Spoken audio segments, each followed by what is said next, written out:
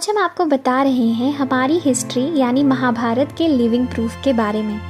तो राजा परीक्षित जो कि वीर अर्जुन के पोते और वीर अभिमन्यु के पुत्र थे, उनको तक्षक नाग ने डस लिया था, जिसके वजह से उनकी मृत्यु हो गई। और उसके बाद राजा बने उनके पुत्र श्रीमान जन्मेजय। ये हैं कलयुग के one of the first kings. जन्मेजय की शादी हुई काशी की राजकुमारी और राजा सुबर्मन की पुत्री वापुष्तमा से। इन दोनों के दो पुत्र हुए, शतानिका और सांगुकर्णा। शतानिका अपने पिता के बाद राजा बने। कृष्ण द्वैपायन, जिन्हें हम वेदव्यास जी भी कहते हैं, उन्होंने महाभारत और हरिवंशा दोनों की ही रचना की थी। हरिवंशा में भगवान श्री कृष्ण की वंशावली को स्थापित किया गया है और इन दोनों में ही द्वारका को डिस्क्राइब किया गया है।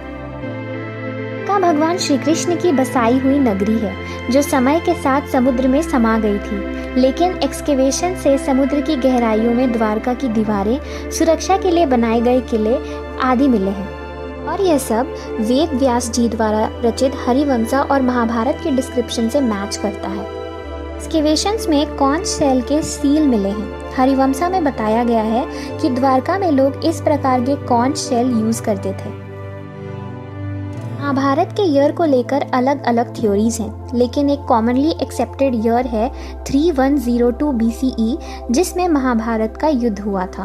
इस साल को फेमस हिंदू मैथमेटिशियन आर्यभट्ट जी ने प्लैनेटरी कंजंक्शंस के बेसिस पर दिया था। राजा जन्मेजय जी के लैंड रिकॉर्ड्स 3012 BCE के मिलते हैं, यानी महाभारत युद्ध के 90 साल बाद।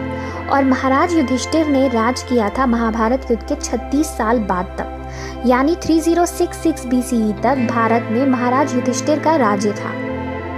चंद्रवंशी राजाओं की वंशावली महाराज युधिष्ठिर से लेकर महाराज चेमाक तक को हरिश्चंद्र चंद्रिका और मोहन चंद्रिका नामक पत्रिकाओं में पब्लिश किया गया था साल 1882 में। महाराज चेमाक चंद्रवंश के आखिरी राजा थे। इसके बाद सम्राट विक्रमादित्य ने 83 BCE से 9 AD तक, यानी लगभग 90 वर्षों तक राज किया। स्थापना करने के लिए पांडवों को अपने भाइयों यानी कौरवों का वध करना पड़ा था, लेकिन उन्हें भ्रातृ हत्या के पाप की ग्लानि हो रही थी, इसलिए वो महादेव के दर्शन करना चाहते थे। महादेव के दर्शन करने के लिए वो सबसे पहले काशी जाते हैं और फिर जाते हैं केदारनाथ। वहाँ भगवान शिव ने पांडवों से छुपने के लिए एक बैल का रूप धारण कर लिया था। पांडुपुत्र भीम ने उन्हें पहचान लिया और वो जाकर उनकी पीठ पकड़ लेते हैं। पांडवों की श्रद्धा को देखकर महादेव उन्हें भ्रातृ हत्या के पाप से मुक्त कर देते हैं। धरती में समाहित होने के दौरान केदारनाथ में भगवान शिव जी की पीठ स्थापित हो गई थी। तुंगनाथ में भगवान के भुजाओं के दर्शन हुए थे। यहाँ भगवान शिव जी का सबसे ऊंचा मंदिर है। रुद्रनाथ में भगवान के मुख के दर्शन हुए थे।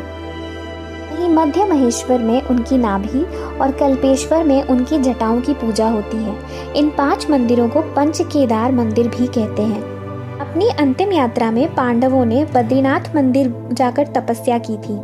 यह मंदिर भगवान विष्णु को समर्पित है। इसे बद्रीनाथ नाम इसलिए मिला है क्योंकि यहाँ माता लक्ष्मी ने बेल यानी बद्री वृक्ष का रूप लिया था, ताकि वो भगवान विष्णु के ऊपर बर्फ गिरने से रोक सके। पांडव जाखू मंदिर, जो कि हिमालय के बीच शिमला में स्थित है, वहाँ भी गए थे और ये मंदिर है हनुमान जी को समर्पित। कहा जाता है कि जब हनुमान जी संजीवनी बूटी लाने गए थे तो इस दौरान उन्होंने यहीं विश्राम किया था।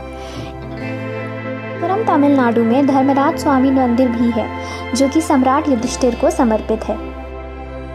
कोडिथानम महाविष्णु मंदिर पांडुपुत्र सहदेव ने बनवाया है और यह मंदिर है भगवान विष्णु को समर्पित।